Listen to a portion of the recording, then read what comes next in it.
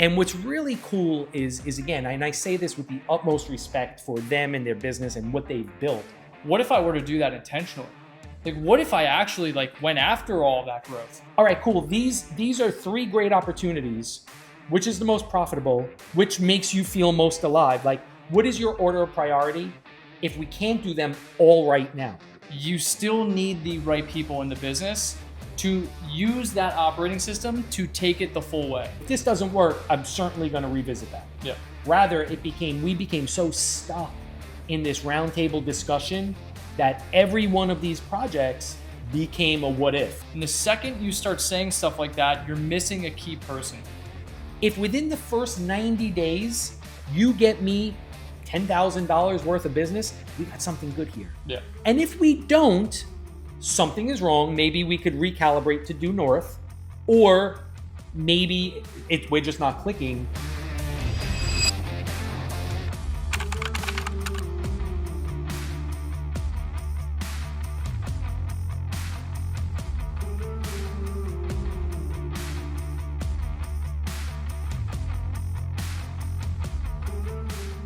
All right, welcome back. Episode 6. We went 5 and 6 in the same day. Whoa.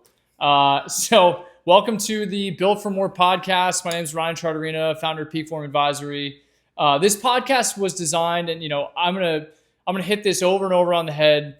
There's business owners that are suffering. They're not getting what they want out of their life. They're not getting what they want out of their business. And the only thing that's stopping them is ultimately their mindsets. My hope for anyone watching this podcast is you take one piece of mindset advice, one tactical advice, anything that you could take away from this that's going to expand your mindset. That's the goal. So again, if you're a 7 or 8 figure founder out there and you're feeling these things in your business, you're not alone. Everyone goes through it. But being around people that have solved it, that's what this podcast is all about. So our guest today, Anthony Mauriello, my tax fella. Super excited for you to be on today. So Anthony and I met, is it 3.5 years ago now? 3 years ago? It's been that long, yeah. I think so. So we've been working together for a few years now. And Anthony runs an accounting firm, multi-location accounting firm. They've had some significant growth over the past few years that I'll let Anthony tell you a little bit about. But today, I'm especially excited because there's been a recent development in Anthony's company and potentially a light bulb moment that I think, we've talked about for a few years now, but I'm excited for him to just share the initial feelings around that and all his whole journey up to today and what he's experienced. So, Anthony. Welcome. Thank you very much. Wow. Look at us. Look at us here. This is going to be raw and messy and and we love it. And we love it. I might shed a tear of joy, of sorrow, of pain. Of all the above. Of all of the above. But you have to shed one for each one of those emotions. Oh, there goes one sorrow. Here. There goes misery. We there have goes regret.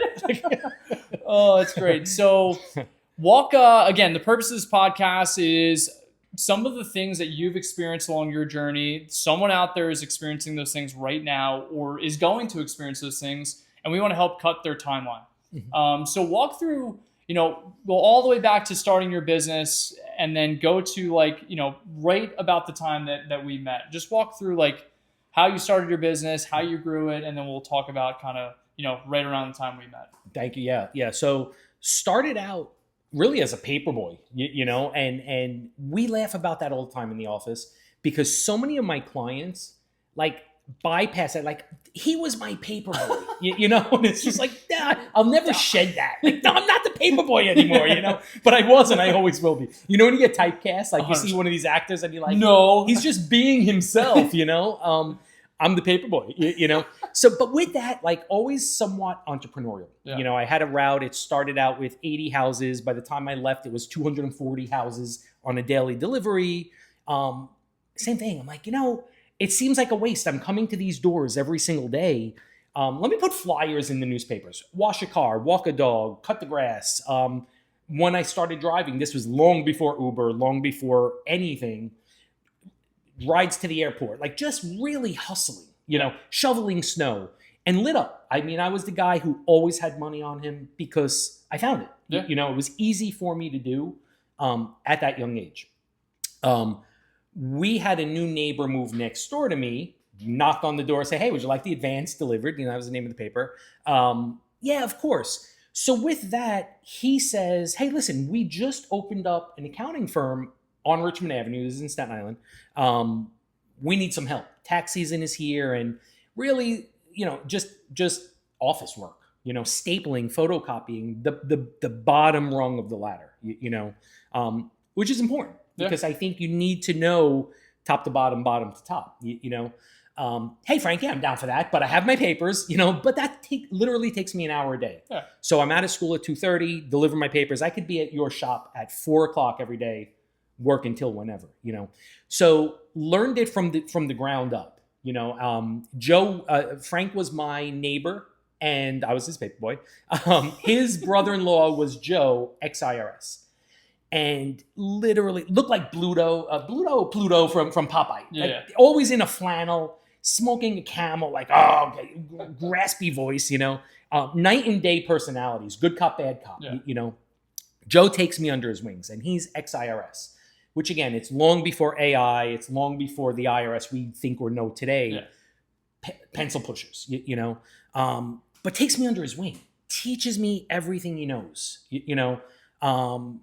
man, that's awesome. So straight through the end of high school, straight through college, I'm working there for tax seasons, Finally, it's my senior year in college, and Frank approaches me and says, hey, listen, what are you doing? What are your plans? And I'm like, I'm going to interview.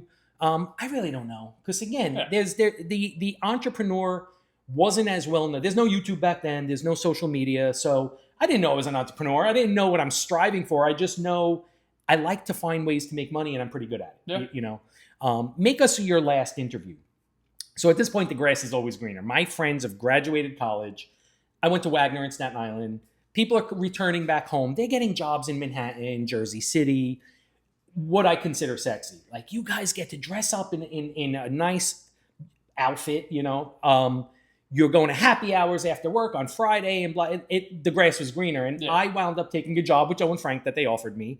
And it was literally like 3 blocks from my house. And I was like, Ma, poor me. Like, lunch hour, I'd jump home, I'd go in the pool, dry off, I'd get back at work. And they're like, F you, it's 90 degrees, and I'm at a bodega chowing down on a bagel, So I digress.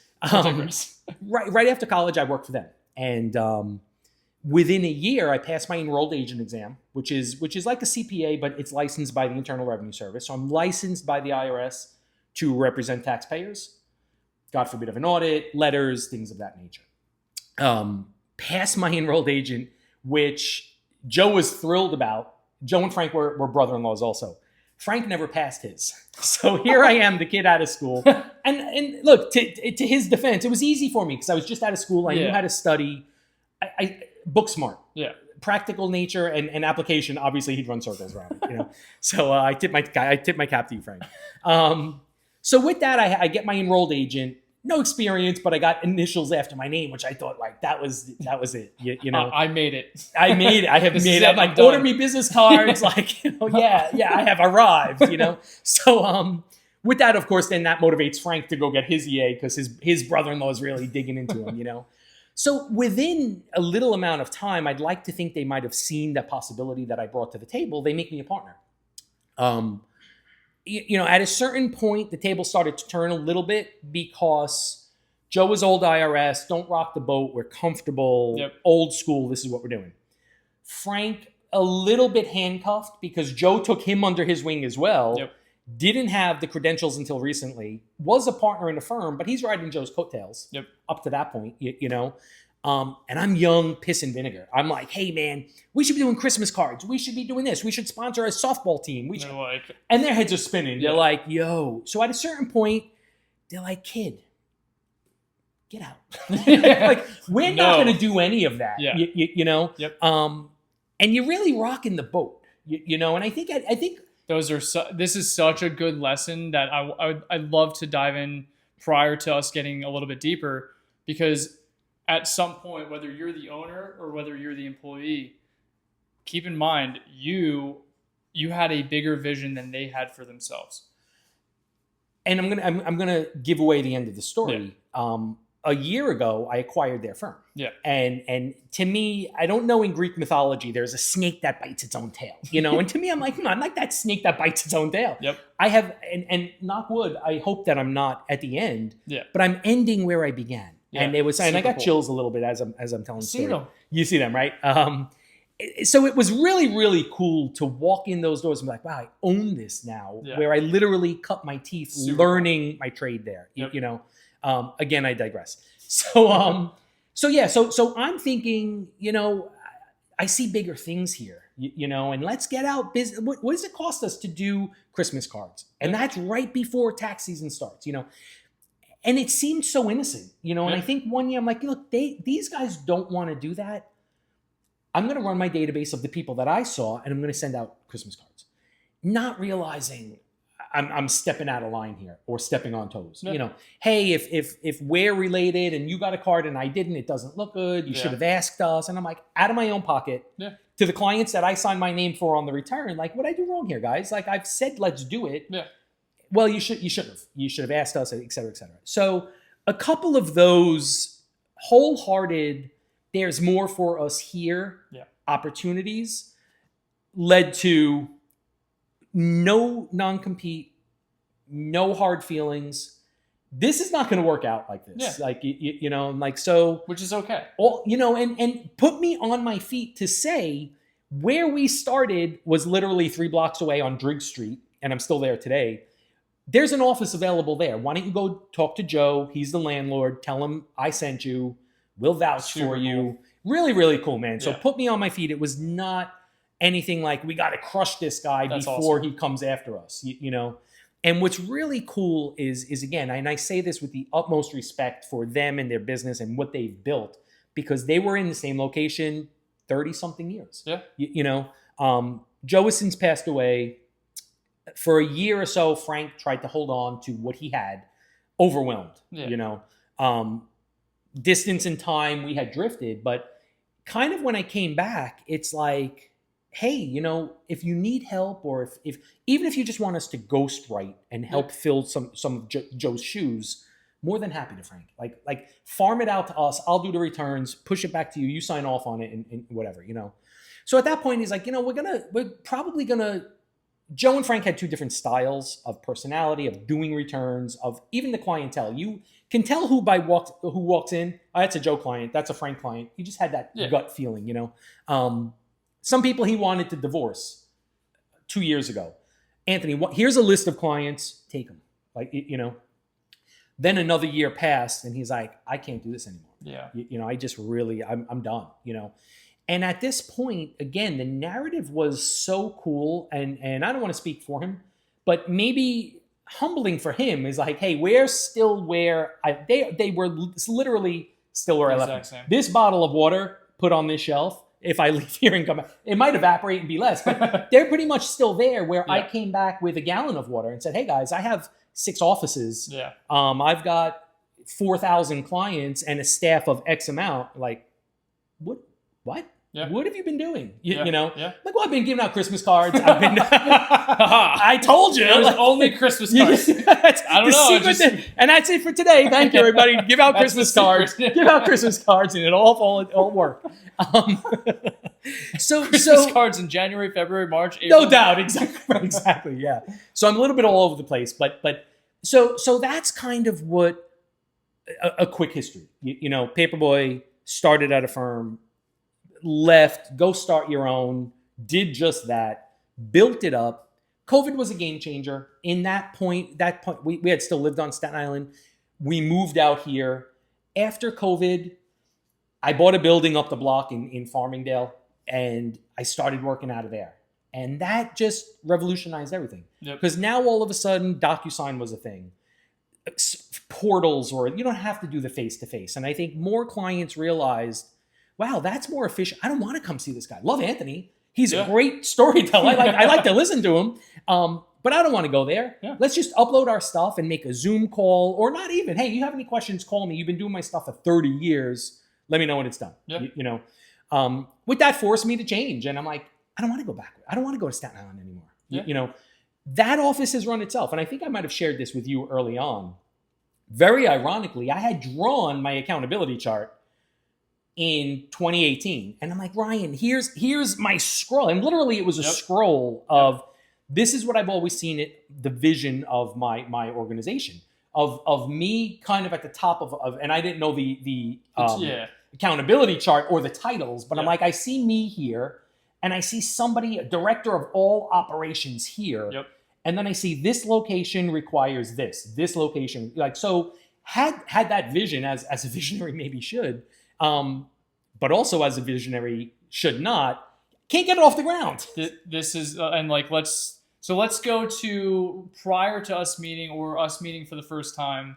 Walk through the stuff you were currently feeling at that time in the business.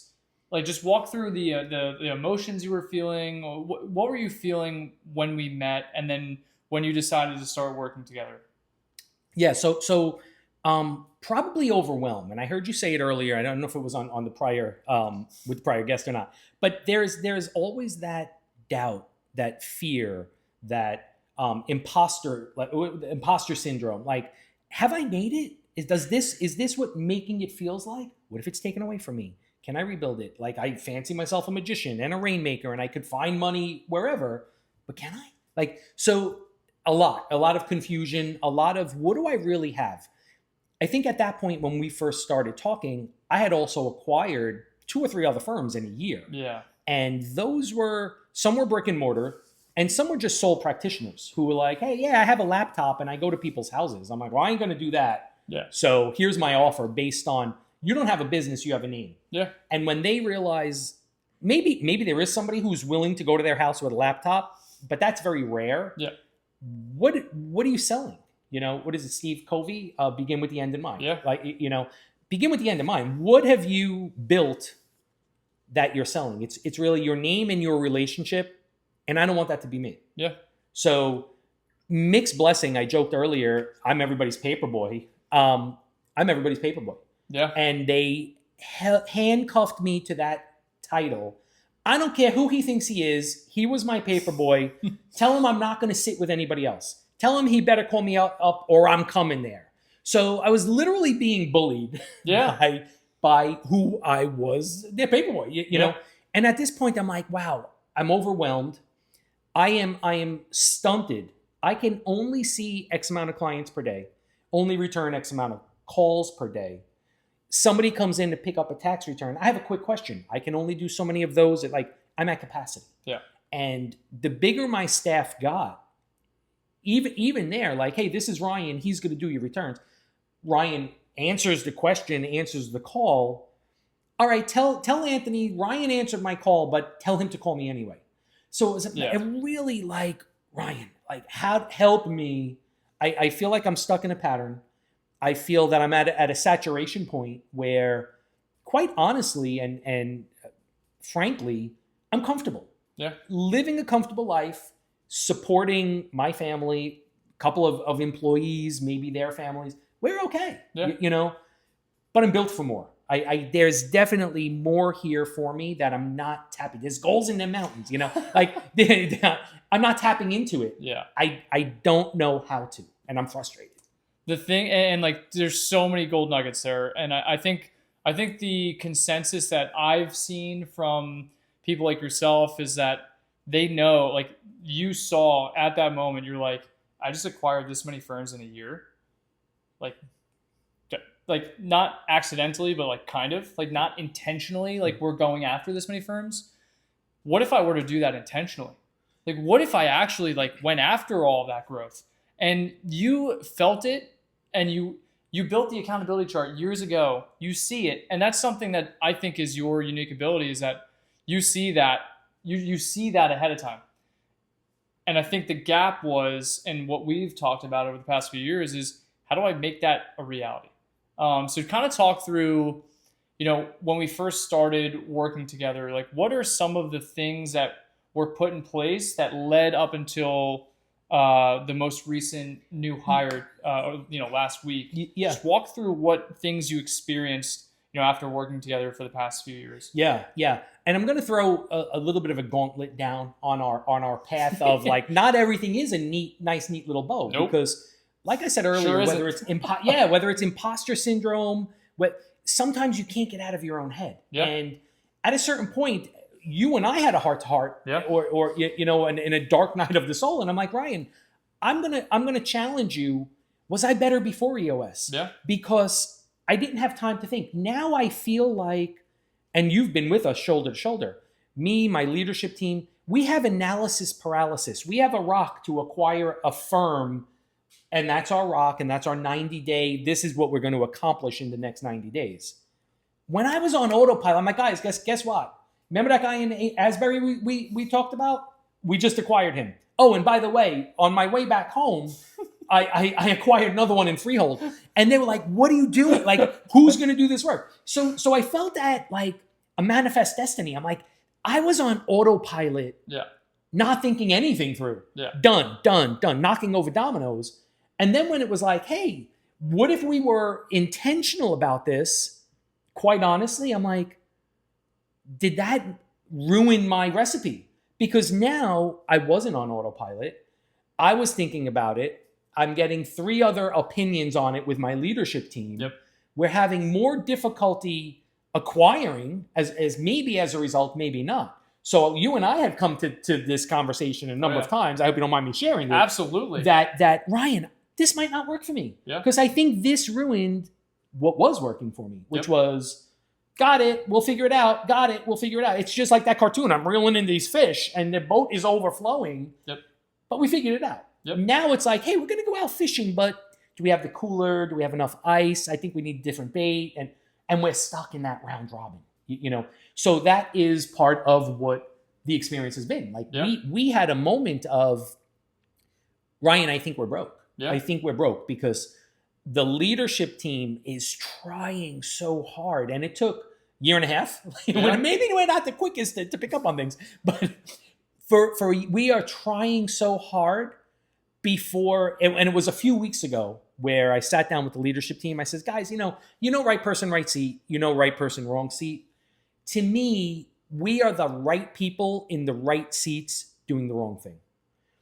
And maybe that's not in on the bingo card of EOS, but it hit us. And let's have the first meeting we had, you had those little animals like the elephant in the room or. And what was the one who keeps going off? The squirrel.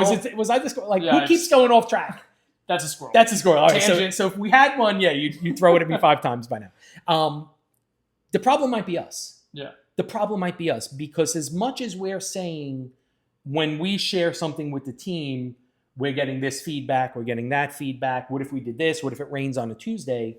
We're doing that amongst ourselves. Do you realize that? What about you? This is so valuable. What about you guys was quote unquote broken? Like where I know exactly where it was. Yeah. Because this is like, I can't tell you how many people have this problem.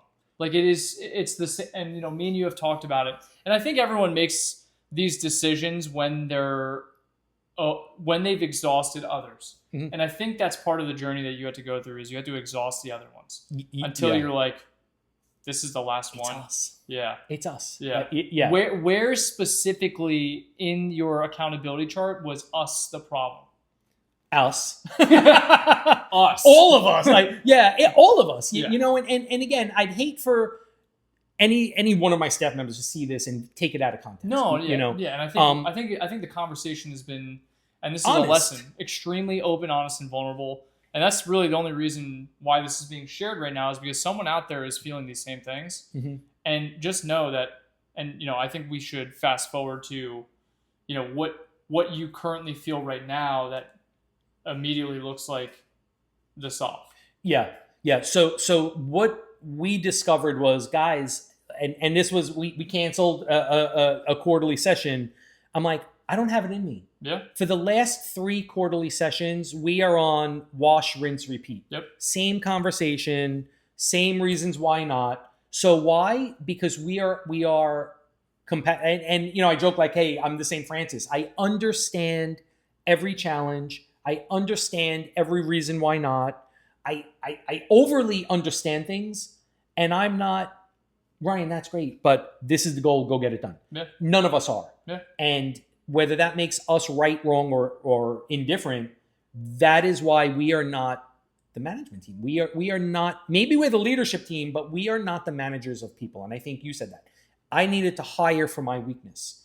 I can pull $1 million opportunities out of the air. Yep. You've seen many of them come in. Oh yeah. My frustration has been, Ryan, this is literally, if we penetrate this certain amount of my own database, this project can bring me in $700,000.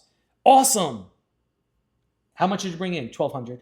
Yeah. How come? What went wrong? Who was not held accountable? Like, and again, so to answer your question, we were just overly understanding, and everything became debatable. Yeah. I want every member of my staff to have a voice, to know they're heard, to know what they say matters. But I took that too much, and I wasn't a leader, and I wasn't a manager or a boss to say, that's a really great opportunity. That's a really great opinion. However, we're going to do it this way. If this doesn't work, I'm certainly going to revisit that. Yeah. Rather, we became so stuck in this roundtable discussion that every one of these projects became a what if, what if, and I don't want to, and we can't, or so. Realizing that was the dark night of the soul with the staff to say, or with the leadership team rather, to say, ladies, because it's me and 3 women, I think it's us. Yeah. I think we are not the leaders of people. And I by no means do I think we failed whatsoever. This is not a barometer of failure. This is, look at us. We're good people. You ever read No More Mr. Nice Guy? No. Yeah, No More Mr. Nice Guy is a book. I forget who wrote it. Doesn't make you not nice if you have to tell a coworker, but that's your job, but that's your responsibility. I have to report back, and you're not hitting your measurable, your KPI, whatever you want to call it. So I think the culture of us, it took a while to be like, you know what, guys, we're not friends, we're not family, we're coworkers. Yeah. I want that to be our core values. Yeah. Treat everybody with respect. We love and value honesty, integrity, respect for one another. But nowhere does disrespect equate, I expect you to do your job. Yeah. And I think we had a hard time with those difficult conversations when somebody was falling so short of not even hitting the dartboard. We're not telling them, what are you aiming at? Or what, we're rather saying, well, you know what, it was windy that day, and I understand why it flew off course.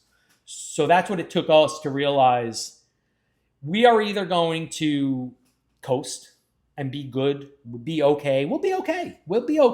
Yep. We're not going to all go on the food stamp line. We'll be okay, but we're just going to be okay. Yeah. We go for more. Like, there's more here for everybody if we start slam dunking these things. I appreciate you sharing this, because I promise there's going to be someone who's going to watch this and be like, I'm feeling literally the exact same stuff. What have you, and something that I think me and you had a heart to heart on is, hey Ryan, this EOS thing. And by the way, everyone, Anthony and his firm have 4 or 5, 6x revenue over the past 2 or 3 years. They're growing faster than probably 90% of companies in the US. And with the people that you had the whole time, which is extremely impressive. So I don't 100% there's challenges, but the growth has been substantial while learning how to lead and manage people. What do you feel like, once we started talking about, hey, I don't think EOS it's just not working for us. And I think we had that heart to heart of when you came, you're like, it's not EOS, it's us. And when that awareness and that level of we have to own our stuff, you can solve that. We can solve that. So what had to change, or what currently has changed? Obviously this is brand new. We're going to see how it goes. But what, in terms of your mindset around the business, what has changed over the past week? Enlighten everyone with kind of this new hire and what that's. Yeah, and you had mentioned that for a while. You're one hire away to turning this thing around.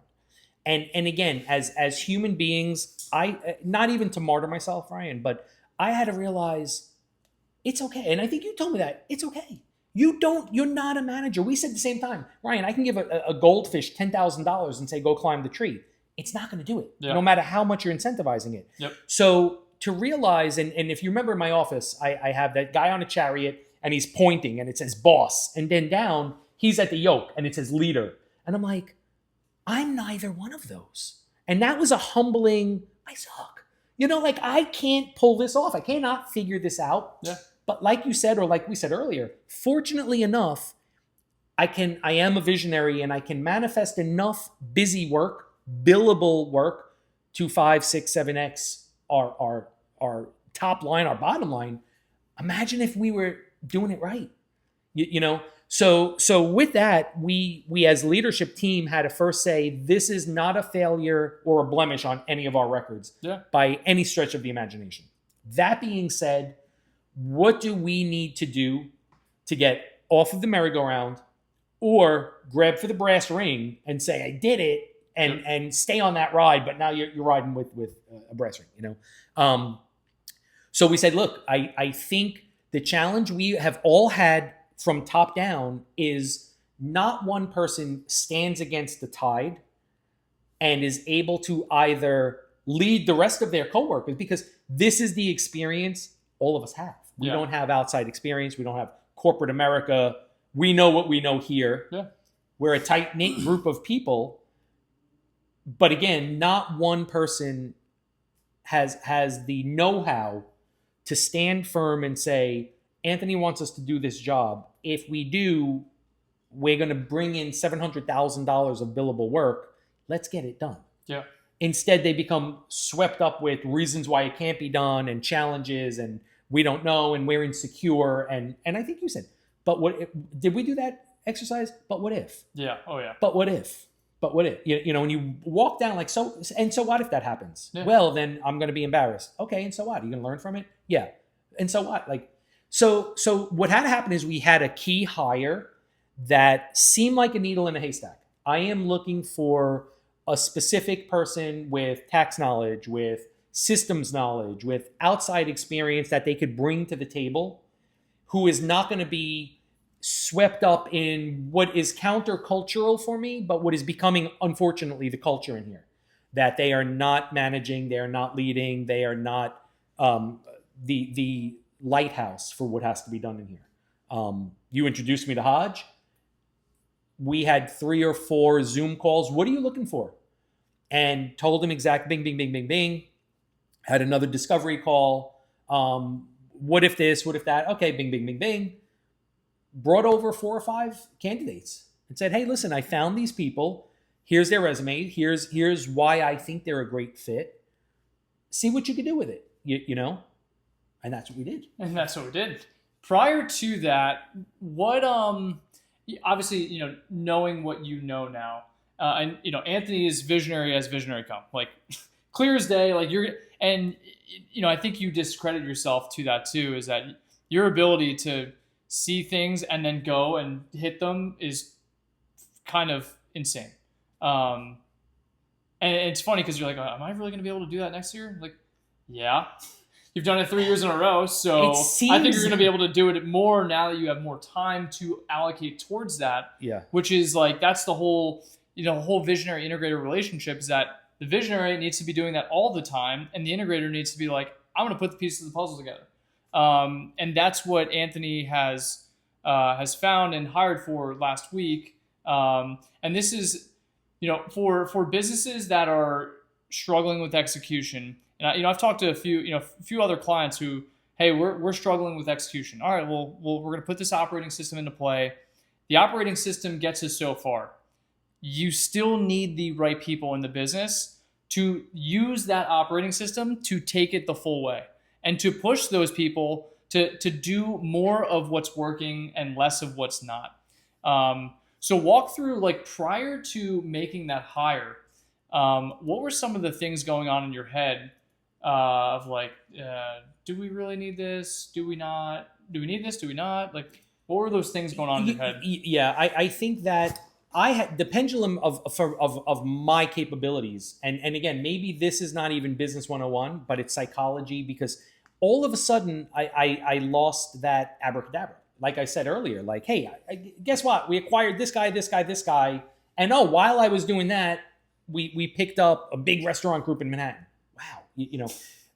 So I lost a little bit of my groove because everything was a second guess. Yep. Everything was overthought. Like I said earlier, it was overanalyzed that, hey, we got this account. They have 30 locations. This is who's going to do the work and where are we going to send it? And rightfully so. I mean, probably the joke in the beginning was Lasso Anthony, So, hey, we've got this tremendous opportunity.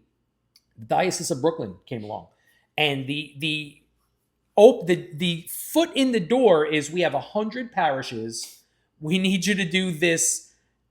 We need you to do a project, and there's 100 parishes that we want you to do it for. You are now our preferred vendor, and it started from, we're going to send you out, but we're going to give them a list, and you're a preferred vendor. We have non-preferred vendors. We can't tell them who to use. And then through my relationship with them, they're like, no, you know what? We're now not giving them the choice. We're telling them to use you. There's 100 of them. And again, you go from, yes, like let's LFG. Oh shit, we have to make this happen. To who's going to make it happen. Yeah. And again, to say, not my problem, I'm the visionary, is where I want to be. Yeah. Like, and similar, to have an integrator or a team to be like, yeah, put your hand here, spin me around by my shoulder, boot me in the butt and say, go out and get the Diocese of Trenton. Do it again. Do it again. Yeah. Instead, it was just, like I said, I'm reeling in this sailfin, the tuna, and it's just like, who's going to cut that up? There's no way you're going to get that on the boat. So you start second guessing, you know what, maybe they're right. Yeah. Maybe they're right. Who is going to do that? I'm going to embarrass myself. I can't even take on this obligation because I have nobody to do it. I don't want to move backwards. If I have to roll up my sleeves and do it, not that I've gotten lazy, but man, I'm dull. Like I'm in my seat selling my wares. I could do it if I had to, but I don't want to have to. Yeah. And at that point, it was a matter of some might be on site, some might be off site. So now you're talking about Brooklyn and Queens, and I don't want to do that. Yeah. It took me 2 hours when I had to go for the interview. Yep. So the different mentality of, if we need to hire 5 interns, like let me digest it, and I'll figure out what has to be done.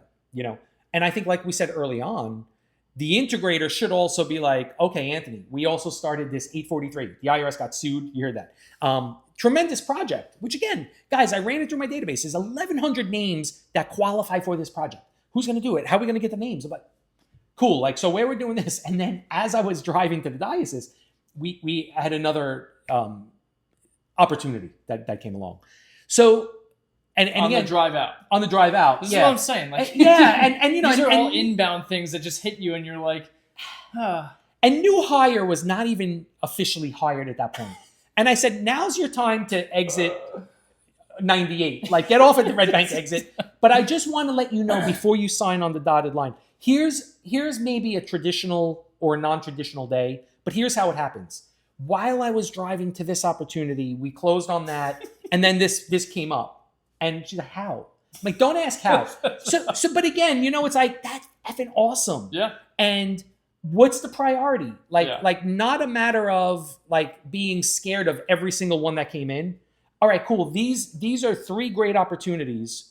Which is the most profitable? Which makes you feel most alive? Like, what is your order of priority if we can't do them all right now?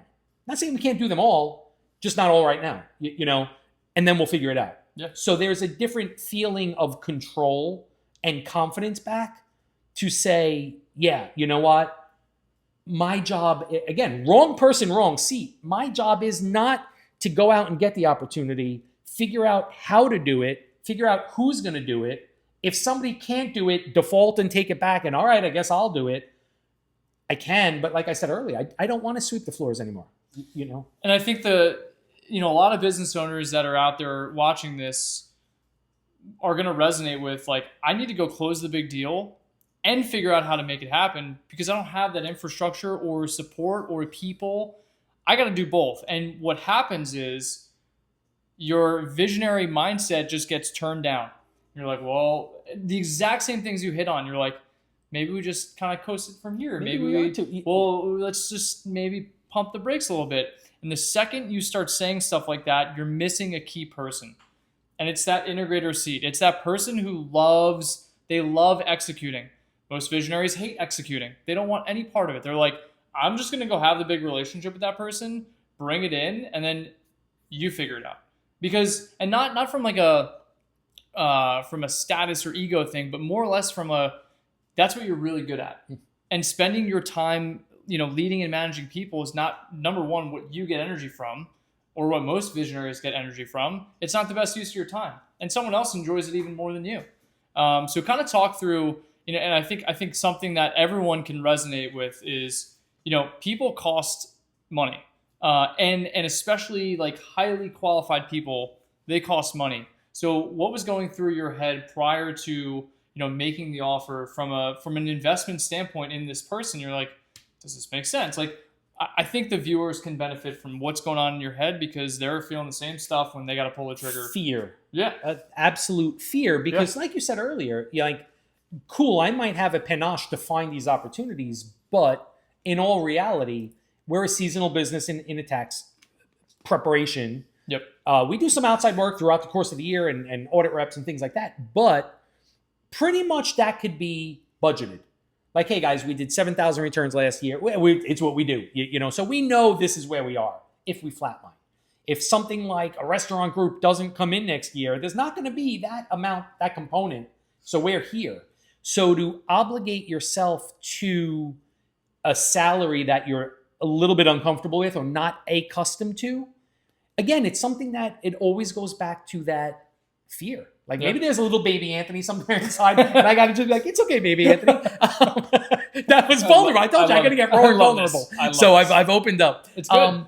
But there is that feeling of, wow, is this a mistake? Like I can't. And again, like seeing it as an expense, you're always going to view it that way.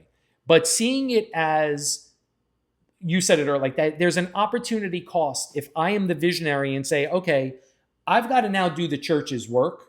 That's going to take me out of visionary mode and into operations for the next month. Yep. Maybe the Diocese of Trenton would have knocked on my door if I would have gone to their fundraiser, said, oh, by the way, this is the guy who just did 100 churches for us. We need 100 churches done. But I'm not there because I'm doing the work. Yep. So I think you're the one who talked me off that ledge. Like, hey, if you see that as an investment, that will pay for itself many times over. So I want to ask a question live that I think will help people that are watching this kind of make this decision for themselves of like, who is that next person that I need that's going to allow me to free up my time so that I can invest it back in relationships, closing deals and things like that. If you never had to deal with anything inside of the business ever again, which I believe to be true, with this next hire, and you are completely out of all operations, what stops you from doubling the business in the next 2 or 3 years? Zero. And that was the pendulum swing. Because when I was at my lowest on an opportunity phone call, I said, you know what, Ryan, maybe I'm just going to ask this guy, dude, make me an offer. Like, whatever, like he and I were working out some things together. What would it look like if you want to acquire me? Yeah. And that's where I was at because I'm tired of the broken record. I'm tired. I don't want to go back to the accountability chart again and see who and right person and wrong. I'm done doing it. Quite honestly, I'm done doing it. Where again, like you said, do it. I'm going to go out there and then come back and be like, oh, what? Like, nice. Look at what I did. Like I rearranged the shelves. Like what? Like mind boggling that, so it's a matter of getting over that fear of what it, and if it's a mistake, you sit the person down. I gotta be honest with you. 100%. This was more than my budget. And again, that conversation was had even up front. Gonna be honest with you. And I think I told you, like, there's so much veneer that maybe you want to strip away that even within her first couple of days, I'm not used to it. Yeah. So I have tried everything, and I've told her we have literally tried offshore staffing. We've tried it all, including throwing money at problems. If I hire this ace, this guy's a stud, all my problems are going to go away. No, they actually made it worse. You know, so I've tried it all before. So to think that this time would be different is very, very difficult. Yep. So I'm behaving like this time is not going to be different. Yeah. And the other morning, I get in early, I smoke a cigar, I leave the doors open to air it out a little bit. And it was one of those cold mornings. And she comes in, she's like, Anthony, you are killing me. And I'm like, oh, here we go. Now I can't smoke a cigar. Like, I'm really like, baby Anthony. I'm like, here we go. This ain't going to work, Roxanne. So what's the matter? You're not letting me do my job. Oh? This is what, day 2 or 3? This is day 2 or 3. Yeah. I'm such a big lesson for everyone. People that when you hire these types of people, they're going to add value like week 1.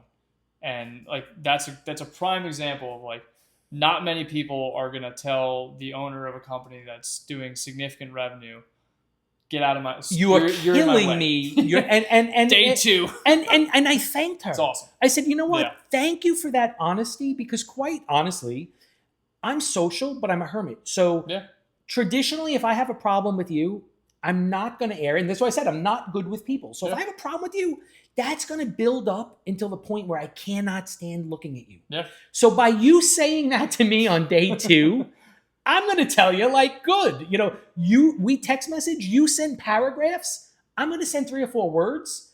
Doesn't mean anything you just said is unimportant to me, but let's get to know one another. Like, so there too, it's a matter of getting out of your own patterns, your own comfort zone, and trust but verify, but trusting in that person to do what it is they're hired for. We were joking before this began that, oh, I got to get my money worth. And it brings me back to the E-Myth, you know, like, hey, my first hire, she's going to dust the shelves. He's going to dust the shelves. When you're not dusting shelves, you're going to rearrange your plant. When you're not dusting the shelves, so you want to get your money worth out of that person, you know? And I'm thinking, okay, less than getting my money's worth or getting my money's worth, you also want to make sure that there are goals we want to hit. Here's where I went wrong and what led me to hiring you. Here's where I want to change and I want the business to change. This is where these are the roads I think you should go down. And I think again, if you do this and you do this and you do this, and if we hit those, we'll know you're successful. Okay, cool. Day 3 or 4, you know, like I know you want me to look at the plant, the water, and the sphere, but look at that horse head. When I lifted it, I'm like, oh yeah. We were going to get to that, but since you did, this will expedite it. And you know, when I did that, I found this globe here, and it's like, oh yeah. She's like, so, you know, I feel like you want me to dust the knickknacks on the shelf, but there's a body buried under that carpet. Like, can we move that body out of here? So it's kind of smelly. Yeah. You know, so it's a matter of getting over your fear, trusting that it's an investment, that if it does not work, it doesn't work. My favorite frame for stuff like this is like almost everything this works for. It's like, what's the absolute worst thing that could happen here? That's what I meant earlier. Yeah. Like 90 days go by, it's not working out. You know what? Not that this doesn't work. Either wrong person, I didn't set the right expectations, and you hone in on what the root of the issue is. But like, what's the worst? Nobody's gonna die. Like, and I think that's something for all of us to kind of boil it down to is like, what's the absolute worst thing that could happen? And then you say, all right, what's the absolute best thing that could happen? Well, this one person could allow us to potentially double our firm, and I don't have to be involved in executing like anything at all. That's cool. Is that worth the fear that I'm going to go through in making this investment? And, you know, for you, it seems like a yes. And is that also going to hold my feet to the fire? That, oh my God, now I have this obligation. Now we better hit that measurable. We better hit those figures. Yeah. Now I've got to. Yeah. Now it's not a matter. We joked earlier. We said a lot when we were off camera, right? Keep referencing what we said. We should have had a camera rolling then. That's probably more valuable than what I said here. But there's enough water in my bucket that even with holes, I'm like, okay, my bucket, it's got enough water in it. But imagine if those were plugged. And it just is really changes the entire scope of the office. I think for everyone watching out there, the main lesson out of all of these things is that fear takes over all the time. And something that all of us, you know, the event we just hosted, like all the people in the room, and something that, you know, I said at the very beginning is everyone here being dead open, honest, and vulnerable with where you're at today and what the gap is with what you want and where you're at today. It's just you sharing it. And just the fact of speaking it out loud is going to allow you to be like, huh, that guy had the same problem I had. Wait a minute. You did too. Wait. So we all have the same, huh? So, I mean, there was multiple people, Haj included, that walked away from that event that day and was like, I'm leaving this event. I'm going to go invest in a $100,000 marketing person, like legitimately tomorrow. I already sent the message. But like that's because he said, and like and I'd love to hear your perspective. It was the only thing stopping me was fear. Like I just was kind of kicking the can down the road, and all these people that were just speaking just made me realize like, what am I waiting for?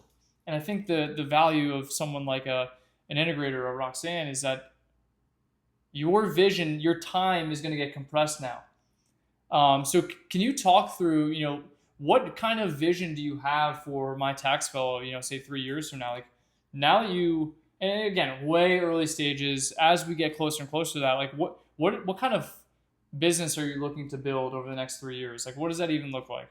So, and this is where we began. It's going to be multiple locations. It's going to be not H&R Block, not Liberty, not any of the major tax brands, but a boutique level, higher end tax service. And there's a lot of buzzworthiness out there. Outsource CFOs, family offices. Like there's so much going on now that's really exciting that even when we meet in June, what I thought maybe changed by now. Yeah. Because we also are starting to realize there's more profitability in some of those things we're doing that we don't necessarily need. And this too, like whether it's ego or pride, we had 8 offices at one time.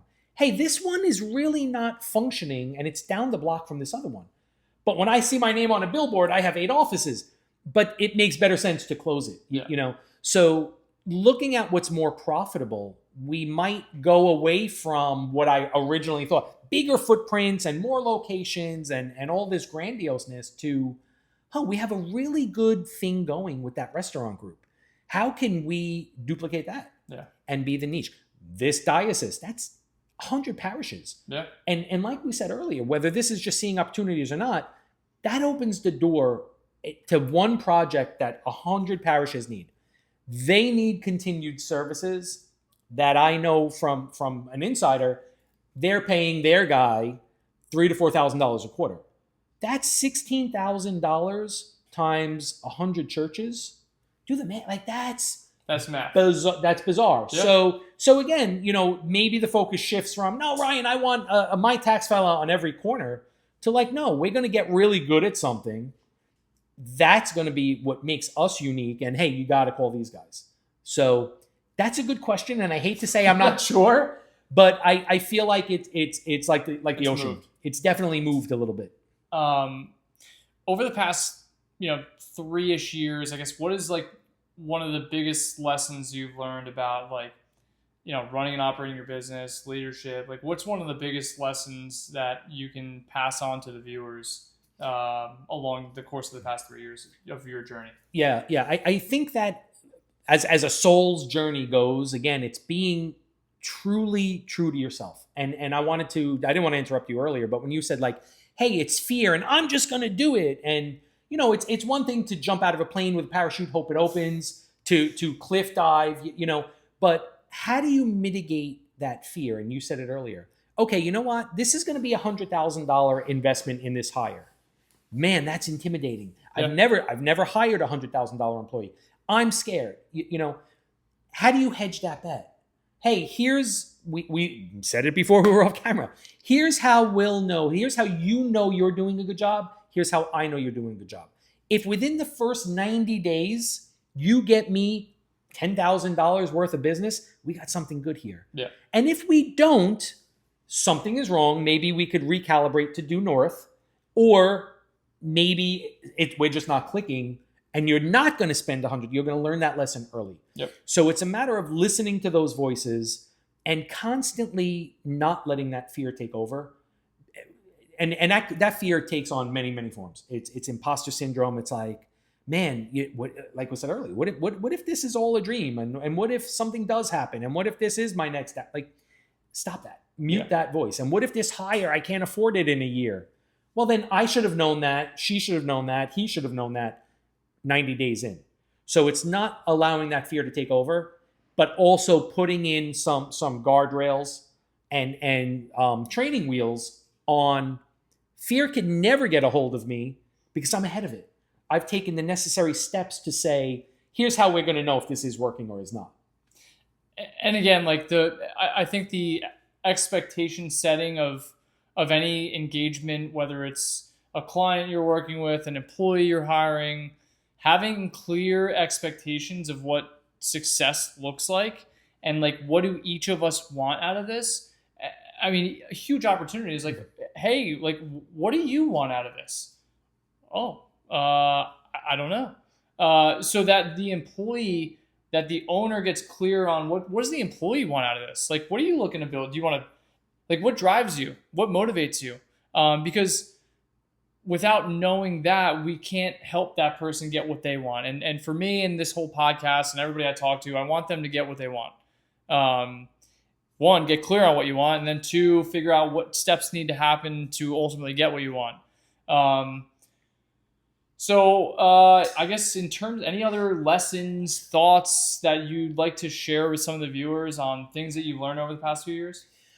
I think it's also the tenacity to stay with something. Again, and feeling like a Jekyll and Hyde. Literally went from tired of doing this. Maybe it's time. Maybe, or maybe not. But if I could bang this out for, I'm 52, 53, another 5 to 10 years, I'll be okay. But again, it's just that feeling of dying with that dream inside of you. And it's everything I'm going to say is going to sound so cliche and corny and said before, and I think that's what you pulled out of me. Like, hey man, there's greatness inside of you. Why do you want to sell? Why do you want to say, I'm not going to sell, but we're not going to continue here. I'm going to coast for another 5 to why? Like, you're not that guy. You're not going to feel enriched if you're not visionarying visions, I mean, I think it goes back to, you as a kid doing the paperboy thing. Like, it's just in you. It's in you. And turning that off is like turning off a part of your soul of who you actually want to be and what you're really good at. And that's something that I always want you to know, and everyone that is a visionary that can create things out of thin air. Like, don't ever quell your light, because I mean, you can, surrounded by the right people, like, and people, things change over time. So that, like, we need to create that environment. I'm really excited for the future for you, because someone that has this significant experience is going to open up everyone's eyes, and everyone that chooses to be along the journey will be there. So yeah, I mean, any final thoughts for the viewers? Yeah, I want to also throw a bouquet at EOS, because having acquired people who are just names, and like everything in life, you get better at negotiating the more you negotiate. You get better at anything the more you do of it. So as we were acquiring these places, the most recent one is the office where I began at. They were a brick and mortar. They're there 40 years. It's the same location. But those guys who were just guys sold nothing. They had some names, and you know what? Honestly, the stickiness of their database, people lasted maybe a year or two, but the majority moved on, because that was purely built on relationship. Yeah. I met a guy at the gym this morning. I see him every day, but he's like, my dad passed away and I was working with him. I don't know what I'm going to do now. What was he? He was a carpenter, or he was a construction guy. Oh, does he have an off? No, it was just him.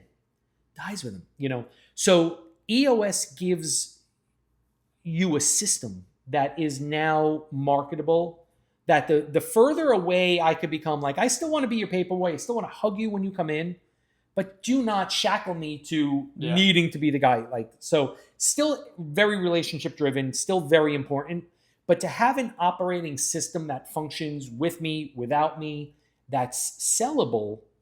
And one of these other associates I met game recognizes game. He's like, "Are you on EOS?" I'm like, "Are you on EOS?" We did our secret It's like the handshake. I'm like, Spider-Man "You thing." are!" Like, exactly right, exactly.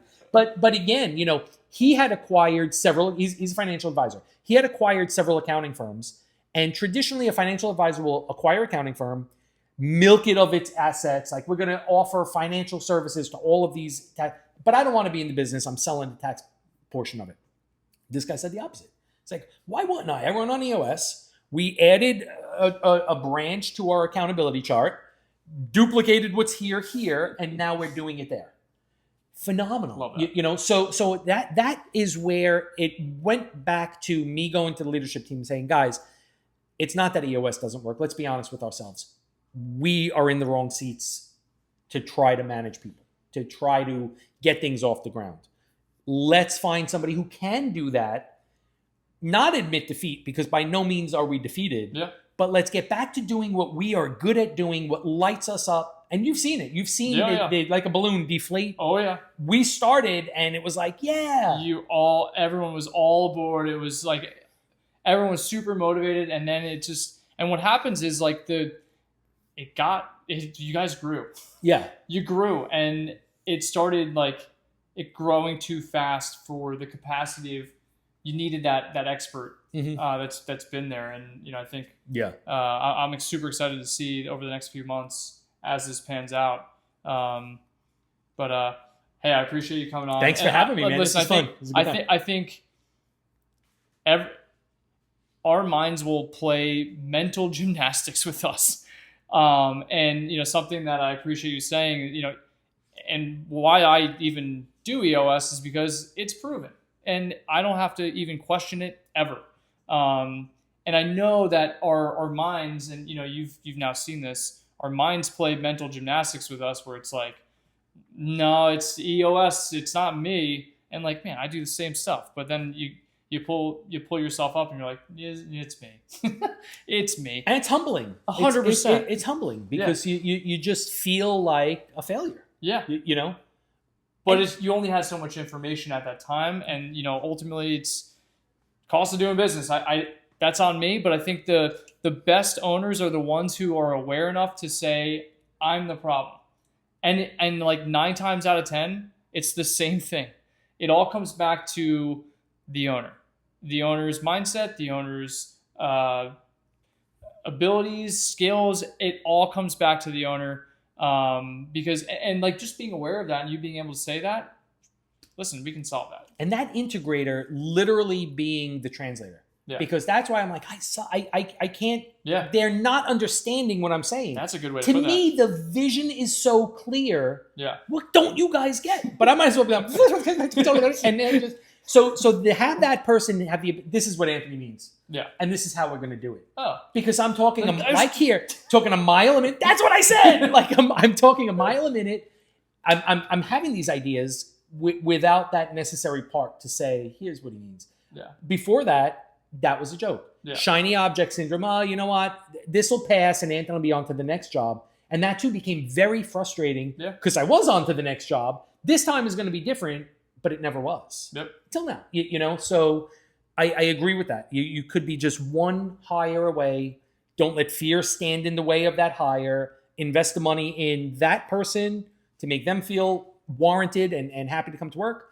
Yourself, your business, and the rest of your staff. Because the rest of your staff sees that investment. And honestly, that's the guidance that they were all thirsty. They were all hungry for that. Yep. And they're not going to shy away from that. They're actually going to be attracted to it because they now have the leadership of discipline that they've been lacking thus far. Something that I would urge all of you that are watching this, that are business owners, to fill out is that visionary integrator test. It's a crystallizer assessment. It gets you to recognize what a business really needs. Like you see the Steve Jobs, you see the Elon Musk. These are the visionaries. They have wild ideas. They say really super crazy things. Then they got the person behind them, and they're in the lab making things happen. What hire do we need here? What seat do we need here? And they're playing all those execution games because that's what they're really good at. And most visionaries are not good at that. So I would urge you, go take the rocket fuel assessment. It's a crystallizer assessment, and it'll walk you through how much of a visionary you are, how much of an integrator. Some people can do both. It's hard.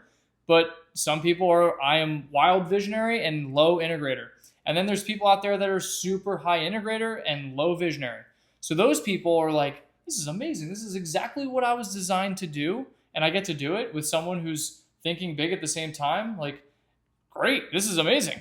So I would urge everyone to take a look at that, fill it out for yourself so that you can get clear on, am I both? Am I one? Am I none? So Anthony, again, I always appreciate it. It's always good to talk to you. Very, very good time. So where can the viewers find you?